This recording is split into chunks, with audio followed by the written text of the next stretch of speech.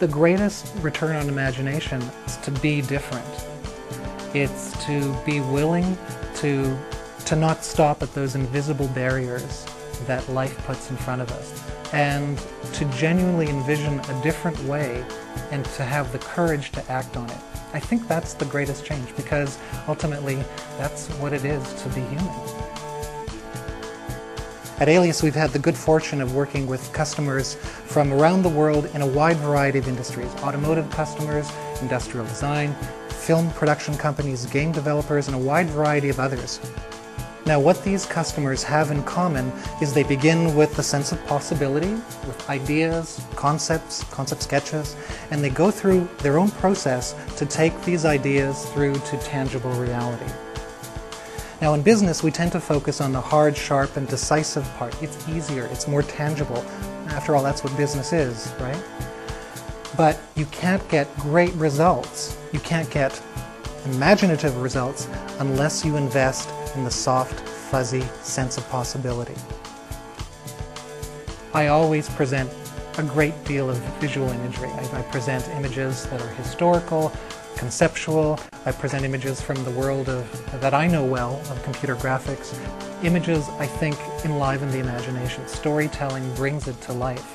What I hope the audience will do is they'll begin to think about their own imaginations and about the imaginations of their coworkers and their clients and their customers. Whether you're offering a service or building something, it's the human experience that counts at the end. Your customers have a whole set of feelings, a sense of connections, of values, and there are ways, very powerful, simple, easy to learn ways to be able to zero in and connect to the imagination of your customer. That is worthy of investment. Investing in imagination provides you with the elbow room to try brand new things and to make the dramatic changes that you need to make in order to thrive in this pressure cooker economy. You know, when preparing for a speaking engagement, I always speak with the client. I mean, who wouldn't? I speak with them about what their values are, what they're interested in, what their aspirations are for the talk, and some of the issues that the audience is facing. I think it's important to get information from as many different points of view as possible. From there, I go through a brainstorming process of collecting images from a wide variety of sources and weave together and find the themes that make sense for that audience. Now, one of my favorites has to do with something called the glow car.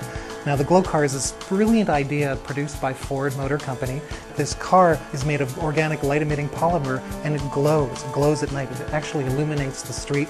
So the designer thought, what can I do? How can I get people to see the possibility of this? And so what he did was something very clever.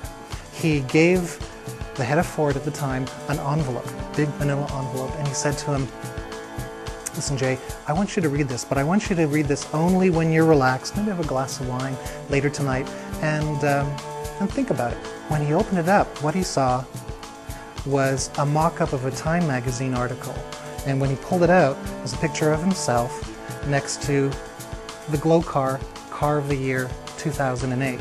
And there was a 2-page article describing the results of the glow car and the sales projections and how people are responding to the cars. These were the results of what the glow car could be and what it could do. So it connected to a sense of representation. He saw the car. It connected to a sense of feeling, and it connected to a sense of value, what was important. 10 minutes later, got a phone call, funding was set, glow car went to prototype stage. Companies that don't embrace the power of imagination are destined to struggle in this new turbulent economy. Without connecting to the imagination of your customers, as well as your team, I think you're destined for the long spiral downwards. Anyone who needs to do something new, anyone who needs to connect to their customers more fully, anyone who's feeling the pressure of this turbulent economy needs to take their imagination more seriously. And they also need to invest in imagination. Well, the reason I get up on a stage and talk to hundreds of people is I love doing it. I love learning. I love to see the power of imagination awakening in the audience. If I have a vision, if I have a mission, it's to help people see more clearly.